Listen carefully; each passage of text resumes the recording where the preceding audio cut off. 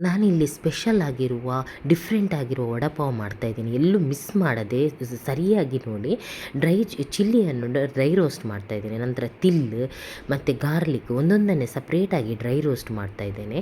ಇದಕ್ಕೆ ನಾನು ಸ್ವಲ್ಪ ತೆಂಗಿನ ತುರಿ ಫ್ರೆಶ್ ಹಾಕ್ತಾಯಿದ್ದೇನೆ. ಅಂದರೆ ಅದನ್ನು ಸ್ವಲ್ಪ ಡ್ರೈ ಆಗಿ ರೋಸ್ಟ್ ಮಾಡಿ, ಅಂದರೆ ಅದರ ಮಾಯ್ಶ್ಚರ್ ಹೋಗಬೇಕು, ಪೌಡ್ರ್ ಆಗಬೇಕಲ್ಲ, ಅದಕ್ಕೆ ಈ ರೀತಿ ಪೌಡ್ರ್ ಮಾಡ್ಕೋಬೇಕು. ಇದಕ್ಕೆ ಸಾಲ್ಟ್ ಕೂಡ ಹಾಕಿದ್ದೇನೆ, ಬಟ್ ಸೀನ್ ಮಿಸ್ ಆಗಿದೆ. ನೀವು ಸಾಲ್ಟ್ ಕೂಡ ಹಾಕಿ. ಈ ಚಟ್ನಿ ಪೌಡ್ರಿಂದಲೇ ವಡಪಾವ್ ತುಂಬ ಟೇಸ್ಟಿಯಾಗಿ ಬರೋದು. ನಾನಿಲ್ಲಿ ಶೇವ್ ಕೂಡ ಹಾಕಿದ್ದೇನೆ, ಇದ್ದರೆ ಹಾಕಿಲ್ಲ ಅಂದರೆ ತೊಂದರೆ ಇಲ್ಲ. ಕೆಲವು ಕಡೆ ವಡಪಾವ್ಗೆ ಚಟ್ನಿ ಪೌಡ್ರ್ ಹಾಕಲ್ಲ, ಆದರೆ ಇದರಿಂದಲೇ ಟೇಸ್ಟ್ ಬರೋದು. Green chutney, coriander leaves, green chilli ಮತ್ತು ಗಾರ್ಲಿಕ್ ಹಾಕಿಬಿಟ್ಟು ಗ್ರೀನ್ ಚಟ್ನಿ ಕೂಡ ರೆಡಿ ಮಾಡ್ತಾ ಇದ್ದೀನಿ. ಈ ಎರಡು ಚಟ್ನಿ ಹಾಕಿ ವಡಪಾವ್ ಮಾಡಿದರೆ ತುಂಬಾ ಟೇಸ್ಟಿಯಾಗಿರುತ್ತೆ. ನಾನಿಲ್ಲಿ ನಾರ್ಮಲ್ ಬೋಂಡ ಮಾಡ್ತಾಯಿಲ್ಲ ಆಲೂದು, ನಾನು ಇದಕ್ಕೆ ಬೇರೆ ರೀತಿ ಮಾಡ್ತಾಯಿದ್ದೇನೆ ನೋಡಿ. ಇದಕ್ಕೆ ಬ್ರೊಕೊಲಿ ಕೂಡ ಹಾಕ್ತಾಯಿದ್ದೇನೆ. ಬಿಸಿನೀರಲ್ಲಿ ಸ್ವಲ್ಪ ಹೊತ್ತು ಇಟ್ಬಿಟ್ಟು ಇದನ್ನು ಚಾಪ್ ಮಾಡ್ತಾಯಿದ್ದೇನೆ ಗ್ರೀನ್ ಚಿಲ್ಲಿ ಜೊತೆಗೆ. ಸೊ ಈ ರೀತಿ ಮಾಡೋದ್ರಿಂದ ಆ ಬೋಂಡ ತುಂಬ ಒಳ್ಳೆ ಟೇಸ್ಟ್ ಕೊಡುತ್ತೆ, ತುಂಬಾ ಚೆನ್ನಾಗಾಗಿರುತ್ತೆ. ಇಲ್ಲಿ ನಾನು ಎಣ್ಣೆಗೆ ಮಸ್ಟರ್ಡ್ ಮತ್ತು ಕರಿಪತ್ತ, ಆನಿಯನ್, ಗ್ರೇಟ್ ಮಾಡಿದಂಥ ಜಿಂಜರ್ ಮತ್ತು ಕೊರಿಯಾಂಡರ್ ಲೀವ್ಸ್ ಇಷ್ಟನ್ನು ಹಾಕಿಬಿಟ್ಟು ಸ್ವಲ್ಪ ಸಾಟೆ ಮಾಡ್ತಾಯಿದ್ದೇನೆ. ಅನಂತರ ನಾನು ಹಿಂಗೆ ಕೂಡ ಹಾಕ್ತಾಯಿದ್ದೇನೆ, ಹಿಂಗೆ ಹಾಕಬೇಕು. ಮತ್ತು ಹಲ್ದಿ, ಚಾಟ್ ಮಸಾಲ ಕೂಡ ಹಾಕಬೇಕು, ಒಳ್ಳೆ ಟೇಸ್ಟ್ ಕೊಡುತ್ತೆ ಇದು.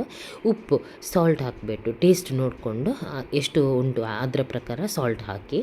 ನಂತರ ಬಾಯ್ಲ್ ಮಾಡಿದ ಆಲೂವನ್ನು ಕೂಡ ನಾನಿಲ್ಲಿ ಹಾಕ್ತಾಯಿದ್ದೀನಿ. ಇವಾಗ ಚಾಪ್ ಮಾಡಿದ ಬ್ರೊಕೊಲಿಯನ್ನು ಕೂಡ ಇದಕ್ಕೇ ಹಾಕ್ತಾ ಇದ್ದೇನೆ. ಎಲ್ಲವನ್ನು ಚೆನ್ನಾಗಿ ಮಿಕ್ಸ್ ಮಾಡಬೇಕು. ಮಸಾಲ, ಉಪ್ಪು ಎಲ್ಲ ಹೊಂದ್ಕೊಳ್ಳುವ ಥರ ಚೆನ್ನಾಗಿ ಮಿಕ್ಸ್ ಮಾಡಬೇಕು. ನಂತರ ನಾನಿಲ್ಲಿ ಬೋಂಡ ಫ್ರೈ ಮಾಡಲು ಬೇಸನ್, ಕರಿಪತ್ತ ಪೌಡರ್, ನಾನು ಕರಿಪತ್ತ ಪೌಡ್ರ್ ಯಾವಾಗಲೂ ಮಾಡಿ ಇಟ್ಕೊಂಡಿರ್ತೇನೆ, ಹಿಂಗು, ಸಾಲ್ಟ್, ಹಲ್ದಿ, ರೆಡ್ ಚಿಲ್ಲಿ ಪೌಡರ್ ಎಲ್ಲ ಹಾಕಿಬಿಟ್ಟು ಸ್ವಲ್ಪ ನೀರು ಹಾಕಿಬಿಟ್ಟು ಸ್ವಲ್ಪ ತಿಕ್ಕಾಗಿ ಪೇಸ್ಟ್ ಮಾಡಬೇಕು. ತುಂಬ ಇರಬಾರ್ದು, ಬೋಂಡ ಫ್ರೈ ಮಾಡಬೇಕಲ್ಲ, ಸ್ವಲ್ಪ ತಿಕ್ ಬ್ಯಾಟರ್ ಇರಬೇಕು. ಎಲ್ಲ ಚಟ್ನಿ ಪೌಡರನ್ನು ಎಲ್ಲ ರೆಡಿ ಮಾಡಿಕೊಂಡು ಸೈಡಲ್ಲಿ ಇಟ್ಟಿದ್ದೇನೆ. ಇವಾಗ ಒಂದೊಂದಾಗಿ ಬೋಂಡ ಮಾಡಿಬಿಟ್ಟು ನಾನು ಫ್ರೈ ಮಾಡ್ತೇನೆ. ಈ ರೀತಿ ಸ್ವಲ್ಪ ತಣ್ಣಗಾಗಿರುತ್ತಲ್ಲ ಅದು. ಅನಂತರ ಬೋಂಡ ಮಾಡಿಬಿಟ್ಟು ನಾನು ಡೀಪ್ ಫ್ರೈ ಮಾಡ್ತಾಯಿದ್ದೇನೆ. ಎಣ್ಣೆ ಚೆನ್ನಾಗಿ ಕಾದಿರಬೇಕು. ಇದಕ್ಕೆ 2 ಶೇಪಲ್ಲಿ ಬೋಂಡ ರೆಡಿ ಮಾಡ್ತಾಯಿದ್ದೇನೆ. ಒಂದು ರೌಂಡಾಗಿ ಮಾಡ್ತಾಯಿದ್ದೇನೆ ಬೋಂಡ ಥರ, ಮತ್ತೊಂದು ಚಪ್ಪಟೆಯಾಗಿ, ಅಂದರೆ ಕಟ್ಲೆಟ್ಗೆ ಹೇಗೆ ಮಾಡ್ತೇವೆ ಆ ರೀತಿ ಮಾಡ್ತೇನೆ. ಯಾವ ರೀತಿ ಅಂತ ಇವಾಗ ತೋರಿಸ್ತೇನೆ ನೋಡಿ. ಪಾವು ಮಿಡ್ಲಲ್ಲಿ ಇಡೋದ್ರಿಂದ ಚಪ್ಪಟೆಯಾಗಿ ಕೂಡ ಈ ರೀತಿ ಕಟ್ಲೆಟ್ ಶೇಪಲ್ಲಿ ಮಾಡ್ಬೋದು. ಎಣ್ಣೆ ಮಾತ್ರ ಚೆನ್ನಾಗಿ ಬಿಸಿಯಾಗಿರಬೇಕು, ಯಾಕೆಂದರೆ ಆಲ್ರೆಡಿ ಎಲ್ಲ ಅದು ಬಾಯ್ಲ್ ಆಗಿರುತ್ತೆ ಒಳಗಡೆ, ಸೊ ಬೇಯಲಿಕ್ಕೆ ಏನಿಲ್ಲ.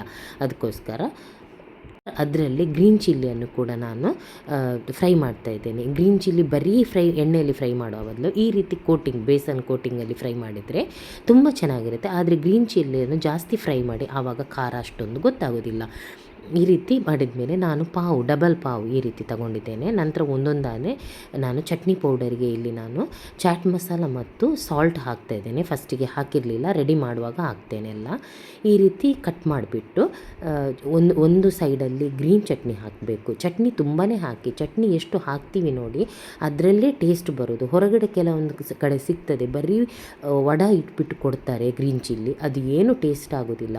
ಈ ರೀತಿ ನಾವು ಚಟ್ನಿ ಪೌಡರ್ ಹಾಕೋದ್ರಿಂದ ತುಂಬಾ ಟೇಸ್ಟಿಯಾಗಿ ಬರುತ್ತೆ ನೋಡಿ. 2 ಶೇಪಲ್ಲಿ ಮಾಡಿದ್ದೇನೆ ನೋಡಿ. ಅದೆರಡನ್ನು ನಾನು ಇಟ್ಬಿಟ್ಟು ಗ್ರೀನ್ ಚಿಲ್ಲಿಯನ್ನು ಇಟ್ಬಿಟ್ಟು ವಡಪಾವ್ ರೆಡಿ ಮಾಡಿದ್ದೇನೆ. ನೀವು ಕೂಡ ನಿಮ್ಮ ಫ್ಯಾಮಿಲಿಗೆ ಈ ರೀತಿ ಮಾಡಿಬಿಟ್ಟು ಕೊಡಿ, ಮಕ್ಕಳಿಗೆ, ಎಲ್ರಿಗೂ ಇಷ್ಟ ಆಗುತ್ತೆ. ವಡಪಾವ್ ಯಾರಿಗೆ ಇಷ್ಟ ಇಲ್ಲ ಹೇಳಿ, ಎಲ್ರಿಗೂ ಇಷ್ಟ ಆಗುತ್ತೆ. ಹೇಗಾಗಿದೆ ಅಂತ ತಿಳಿಸಿ. ನನ್ನ ರೆಸಿಪಿ ಇಷ್ಟ ಆದರೆ ಎಲ್ರಿಗೂ ಶೇರ್ ಮಾಡಿ, ಲೈಕ್ ಮಾಡಿ, ಸಬ್ಸ್ಕ್ರೈಬ್ ಮಾಡಿ. Thank you.